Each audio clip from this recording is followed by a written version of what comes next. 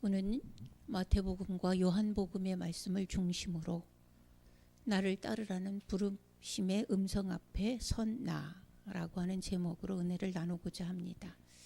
예수님의 사역은 제자를 부르심에서부터 시작됩니다.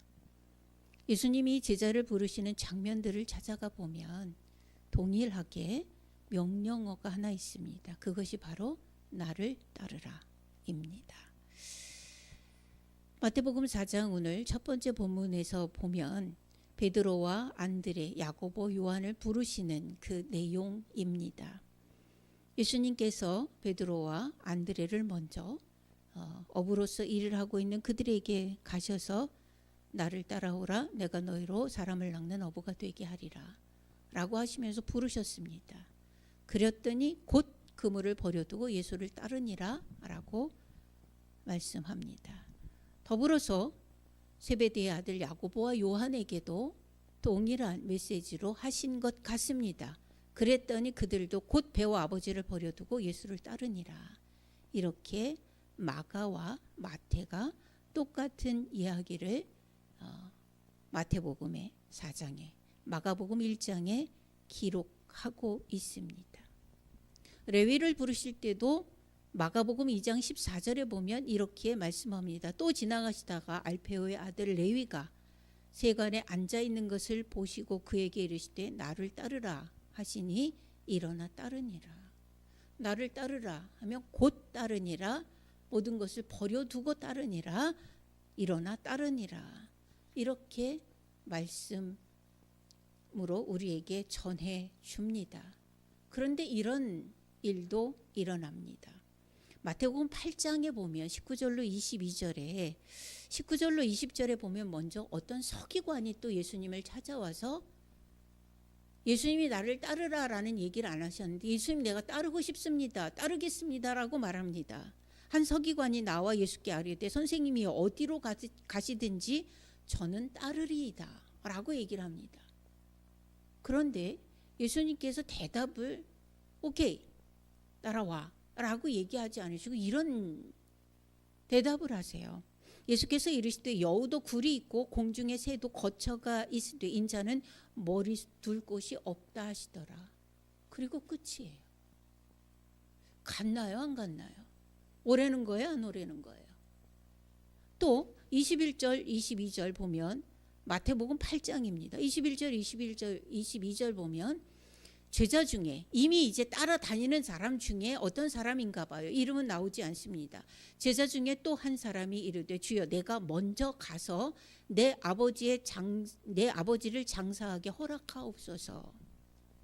그랬더니 예수님께서 이르시되 죽은 자들이 그들의 죽은 자를 장사하게 하고 너는 나를 따르라 하시니라. 근데 그 다음에도 다음이 없어요. 그냥 끝. 우리 혼란스럽지 않으세요? 여러분, 우리 가족 중에 우리가 상을 당했어요. 그러면 나도 역시 마땅히 참여해서 그 상을 치르는 것이 마땅하죠. 이거는 세상 어떤 나라든지 다 이런 예를 가지고 있을 거예요. 예. 그런데 제가 지난번에 말씀 전할 때 그런 얘기했습니다. 우리가 육신의 옷을 벗을 때, 영혼의 옷인 육신을 세상에 두고 갈 때 그 누구도 자기의 벗어놓은 육신을 스스로 정리할 수 있는 사람은 없다. 예수님조차도 그랬지요. 그럼 누가 이 육신의 옷을 처리해 줘야 돼요? 그를 사랑하는 사람이, 그를 참 아끼던 사람들이 나서서 그 옷을 깨끗하게 정리해서 보관하든지 잘 자연으로 돌아갈 수 있게 돕든지 해야 되는 거예요. 그러면 이 지금 제자 중에 한 사람이 내가 먼저 가서, 그것도 아버지의 장례래요. 아버지 장사를 좀 치르고 오겠습니다 라고 했더니 죽은 자들이 그의 죽은 자의 장례를 치르도록 하라 라고 얘기를 하세요. 우리에게는 엄청 심한 갈등이 일어날 수 있는 도전이에요. 이 답은 조금 후에 보고요. 자, 예수님의 부르심의 명령, 나를 따르라. 그런데 예수님의 명령대로 따른다라고 하는 것은 환경이나 조건, 이유, 다 내려놓고 올인이어야 한다는 거예요. 이 갈등에 대한 답이 되시나요? 내 아버지의 장례를 치러 오겠습니다. 그리고 따르겠습니다. 라고 하는 이 따름에는 어떤 이유, 조건, 환경 다 내려놓고 올인, 세상 말로 해서 몰빵이어야 따를 수 있다라고 하는 거예요.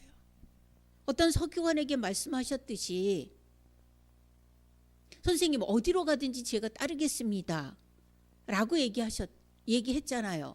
이 서기관이 뭐 하는 사람이 신앙을 가지고 세상에서 권리와 권세를 가지고 복음으로 세상을 다스리고자 하는, 하나님의 말씀으로 세상을 다스리고자 하는 무리가 서기관들이에요. 지금으로 말하면 어떻게 얘기할까요? 국회의원쯤 된다고 할까요? 예, 지금 국회의원 같으면 뭐 예수님 잡아 죽였던 국회의원들 같은 그런 신앙생활을 하는 듯 해요. 자, 이런 서기관에게 예수님께서 내가 따르겠습니다 라고 얘기를 했더니 여우도 굴이 있고 공중에 새도 거처가 있지만 나는 머리 둘 곳도 없어. 이럼에도 불구하고 올인 해야 제자의 삶을 사는 거예요. 부르심에 합당한 삶을 살 수 있는 거예요. 또 조금 전에 얘기했던 것처럼 내가 가서 아버지의 장사를 치르고 와서 따르겠나이다. 근데 예수님이 그들이 장사하게 하고 넌 따라와 라고 하시잖아요. 이게 뭐지요? 이유나 조건 없이 다 내려놓고 따르라라고 하는 거예요. 예수님의 부르심 앞에는 이유나 조건 없어요. 뭐 더 달 게 없어요. 전에 어떤 교회에 있을 때 아주 전도에 대해서 센세이션을 일으켰던 그 프로그램들이 있어요. 그래서 거기 교회 목사님도 저도 성도들도 훈련을 받으러 갔습니다. 근데 이제 첫날 이론적인 그런 메시지를 다 받고 나서 그 다음 날은 현장에 나가서 복음을 전한대요. 전도 훈련을 하겠대요. 그래서 이제 멘토들이 붙고 우리들은 또 가서 훈련을 받은 대로 또 해보고 이렇게 하는 겁니다. 근데 그 방식대로 안 해봤잖아요. 거기서 얘기하는 그 방식대로 뭘 얘기를 하는데 모르니까 배우는 사람들이 막 이거저거 얘기를 막 했어요. 그랬더니 지나가시면서 그 훈련시켰던 목사님이 들으시면서 왜 저렇게 말이 많지? 이러고 지나가더라고요. 이거예요.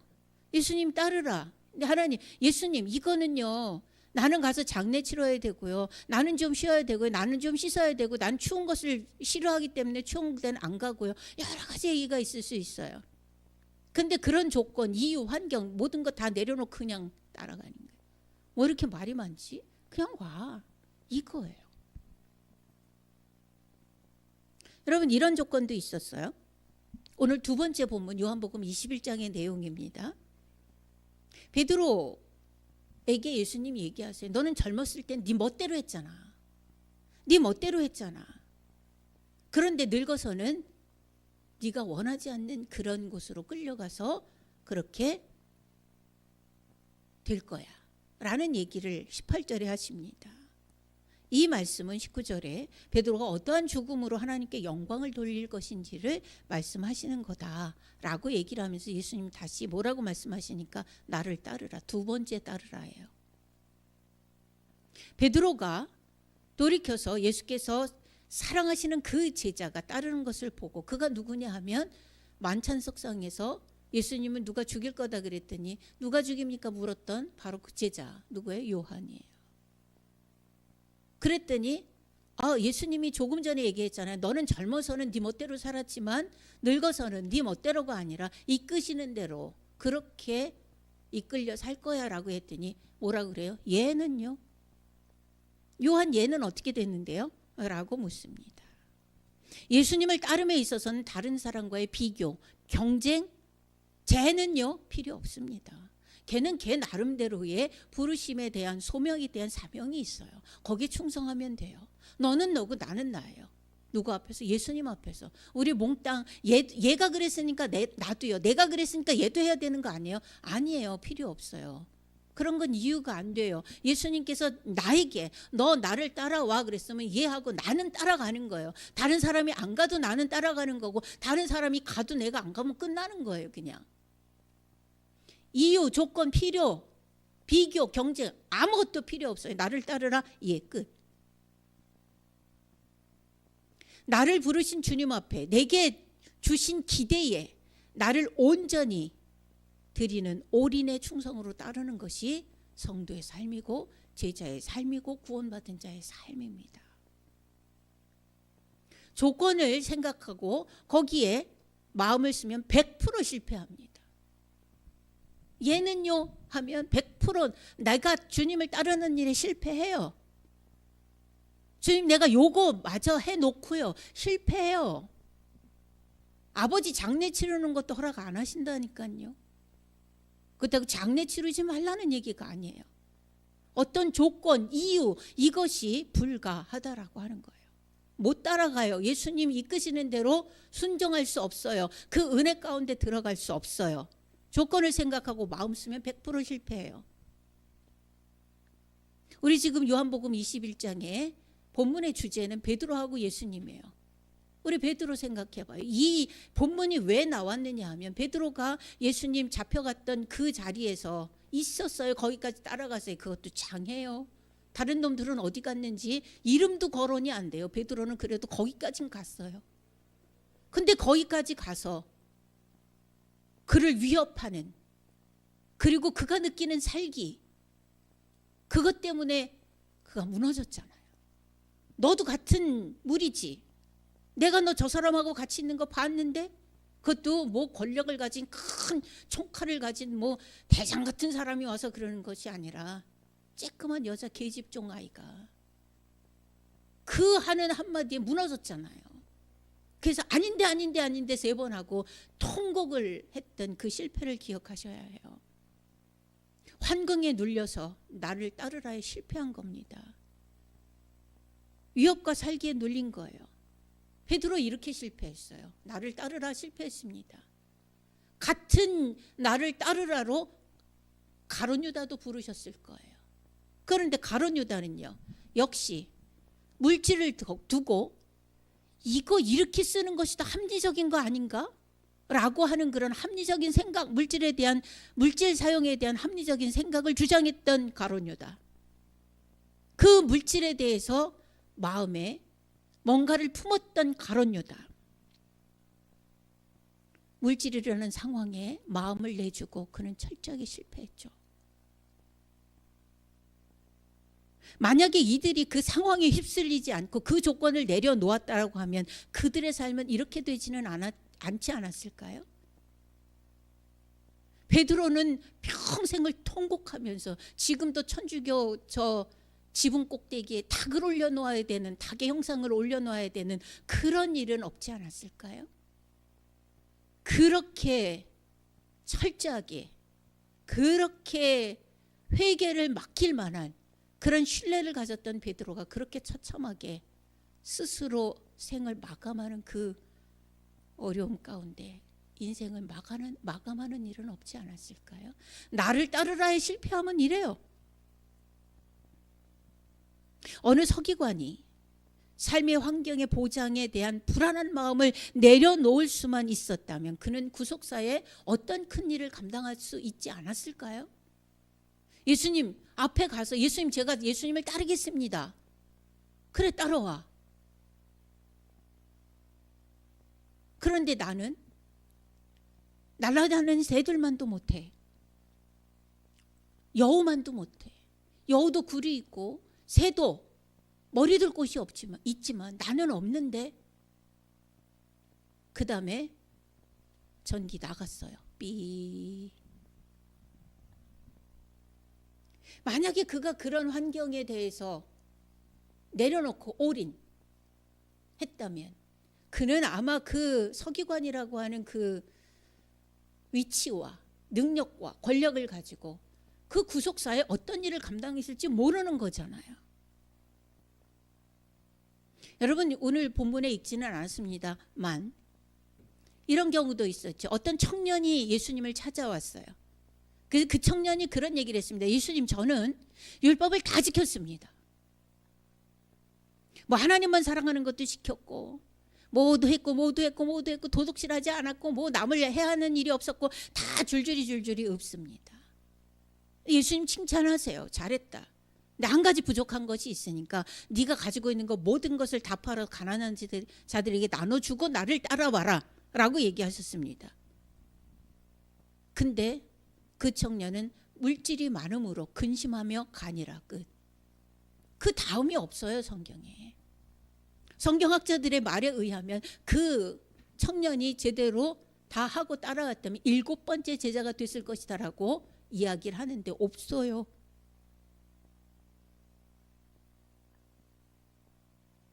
만약에 그 청년이 그 물질의 가치를, 그 많은 물질을 예수님이 알려주신 그 뜻대로 사용하고 그 가치를 예수님의 가치로 변화시켰다라고 한다면, 바꿀 수 있었다면 그의 의로운 삶이 어떤 선한 영향력으로 주변의 사람들에게 영적 빛의 권세를 나타냈을까요? 어떤 선한 영향력을 끼칠 수 있었을까요?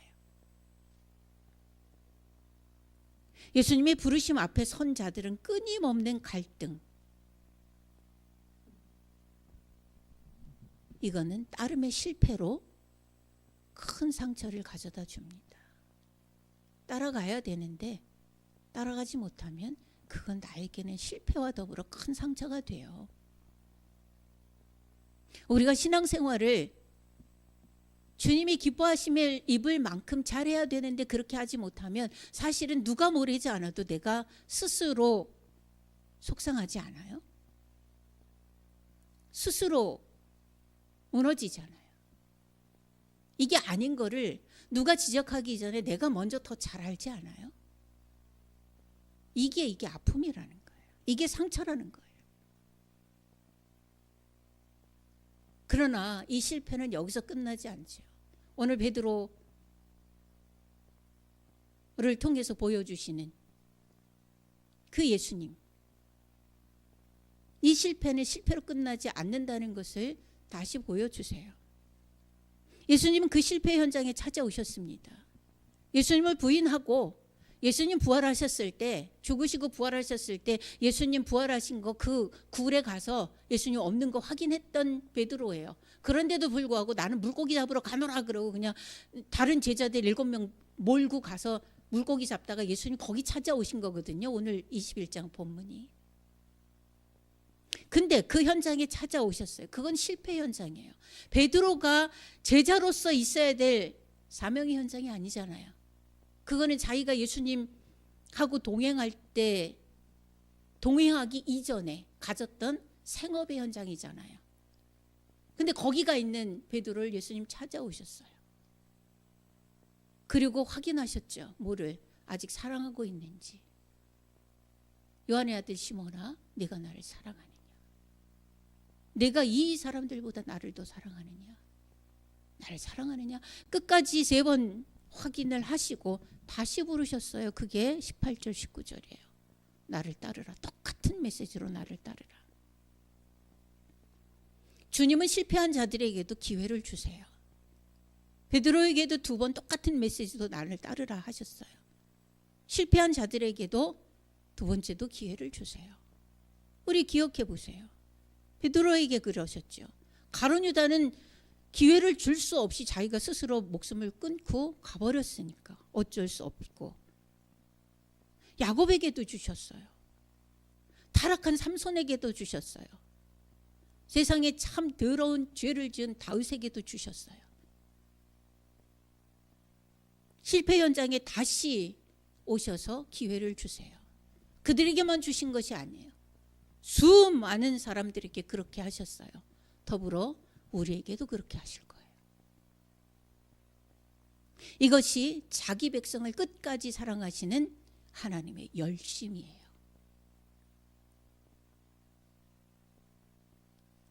지금까지 우리가 어디엔가 마음을 나누는, 그쪽에 마음을 두는 삶, 그것으로 나를 따르라라고 하는 명령에 실패했을지 몰라요. 그러나 나를 따르라라고 하는 부르심 앞에 모든 것을 내려놓고 올인으로 온전히 드리는 충성된 삶으로 주님의 명령을 이루는 맑은 샘 교회 성도들 되시기를 주님의 이름으로 축원합니다. 기도하겠습니다. 하나님, 우리가 하나님을 찾아갈 수가 없습니다. 죄는 내가 알아서 마음대로 지을 수 있지만 하나님의 말씀을 가지고 요리조리 장난도 칠 수 있지만 그러나 그것을 다 내려놓고 믿음이라는 이유로 무식한 사람처럼 순수하게 주님을 100% 따라 올인하기가 왜 이렇게 어려운지 모르겠습니다. 머리가 좋은 것도 아니고 능력이 많은 것도 아님에도 불구하고 하나님을 이겨먹으려고 하는 우리의 죄된 습관을, 이 악에서 우리가 빠져나오고 싶습니다. 주님, 이유, 조건, 환경 다 내려놓고 주님의 그 부르심에 올인하는 충성된 하나님의 자녀들 되게 하여 주시옵소서. 실패를 거듭하지만 그 수치를 이겨가면서 실패가 습관이 되는 그런 삶을, 그것도 누리는 것이라고 누려가는 우리의 참혹함을 불쌍히 여겨 주시옵소서. 다시 찾아오셔서 은혜로 눈물을 흘리게 하시고 하나님 후회로 참회하게 하시며 회개하게 하시고 다시 결단하고 하나님 앞에 서서 모든 것 다 내려놓고 다시 재창조되어지는 것처럼 거듭남의 삶을 살아가는 성도들 되어지게 하여 주옵소서. 만나 주시옵소서. 와 주시옵소서. 붙잡아 주시옵소서. 이끌어 주시옵소서. 그래서 우리가 가는 걸음걸음의 삶이 사망의 음침한 골짜기에서 사망에게 먹히는 삶이 아니라 사망의 음침한 골짜기에서 찬양하며 주님과 동행하여 빠져나오는 그런 은혜의 삶이 되게 하여 주옵소서. 예수 그리스도의 이름으로 기도하옵나이다. 아멘.